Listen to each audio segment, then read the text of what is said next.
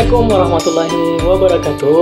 Perkenalkan, nama saya Herman, salah satu mahasiswa di Institut Agama Islam Negeri Parepare, program studi S2 Pendidikan Agama Islam.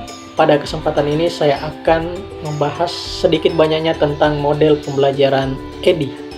Ini merupakan salah satu mata kuliah pendekatan dan strategi pembelajaran yang diberikan oleh dosen pengampu Dr. Ahdar MPDI. Ingat, jangan lupa di like, dan di subbreaker.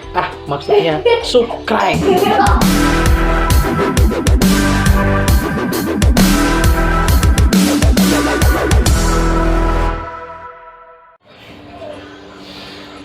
Baik, saya akan menjelaskan tentang model pembelajaran EDI.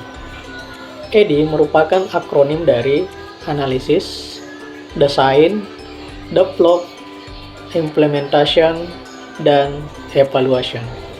Nah, untuk pertama kali, saya akan menjelaskan tentang tahap analisis. Pada tahap analisis, pada tahap ini bertujuan untuk mengidentifikasi kemungkinan penyebab daripada kesenjangan kinerja. Nah, pada tahap analisis ini, ada 5 prosedur yang harus dijalani.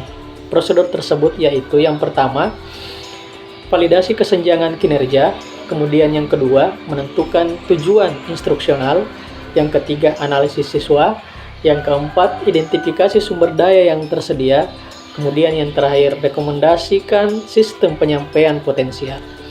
Nah, setelah tahap analisis kita laksanakan, tentunya kita harus sudah bisa melaksanakan yang pertama, menentukan apakah akan menutup kesenjangan kinerja. Kemudian yang kedua, mengusulkan tingkat instruksi mana yang akan menutup kesenjangan. Dan yang ketiga, merekomendasikan strategi untuk menutup kesenjangan kinerja berdasarkan empiris, bukti tentang potensi kesuksesan.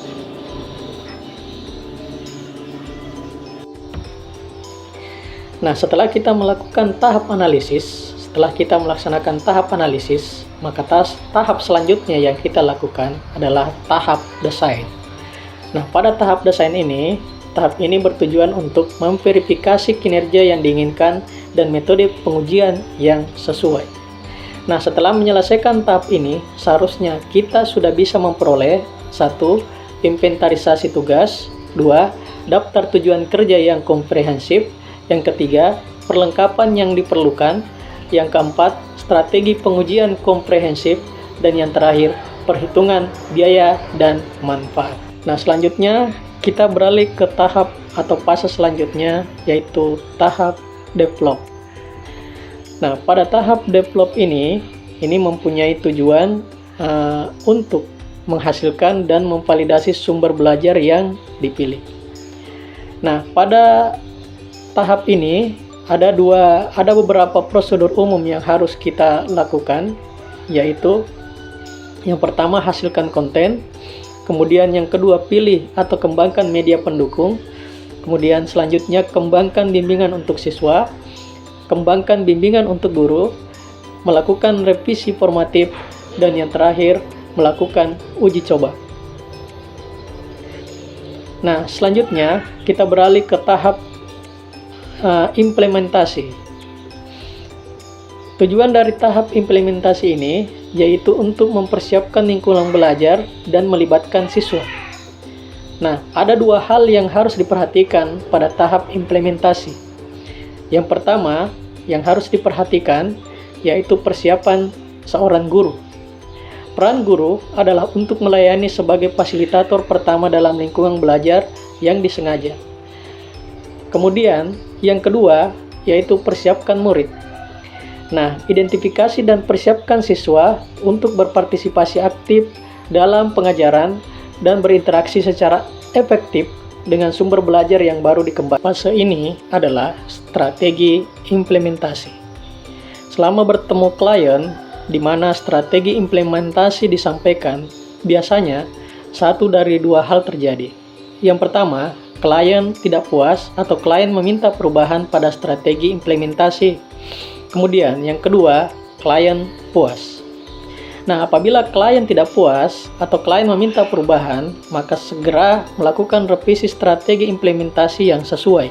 dan kirimkan strategi implementasi yang direvisi. Nah, jika klien puas, maka dapatkan pengesahan yang sesuai, kemudian melanjutkan ke fase selanjutnya, yaitu fase evaluasi. Nah, sekarang kita beralih ke tahap evaluasi. Tahap ini bertujuan untuk menilai kualitas produk dan proses pengajaran baik sebelum dan sesudah implementasi. Evaluasi ini bersinggungan dengan masing-masing tahap proses pelatihan lainnya. Ini melibatkan dua komponen utama evaluasi, yaitu formatif dan sumatif. Evaluasi formatif ini menggambarkan pemeriksaan yang telah dilakukan sepanjang 4 tahap sebelumnya. Pada tahap ini terdapat prosedur umum, yaitu yang pertama, tentukan kriteria evaluasi, kemudian yang kedua, pilih alat evaluasi, kemudian yang terakhir, lakukan evaluasi. Ya, sekian pemaparan materi tentang model pembelajaran ADI. Ya, semoga pembahasan ini berguna dan bermanfaat buat kita semua. Terima kasih. Assalamualaikum warahmatullahi wabarakatuh.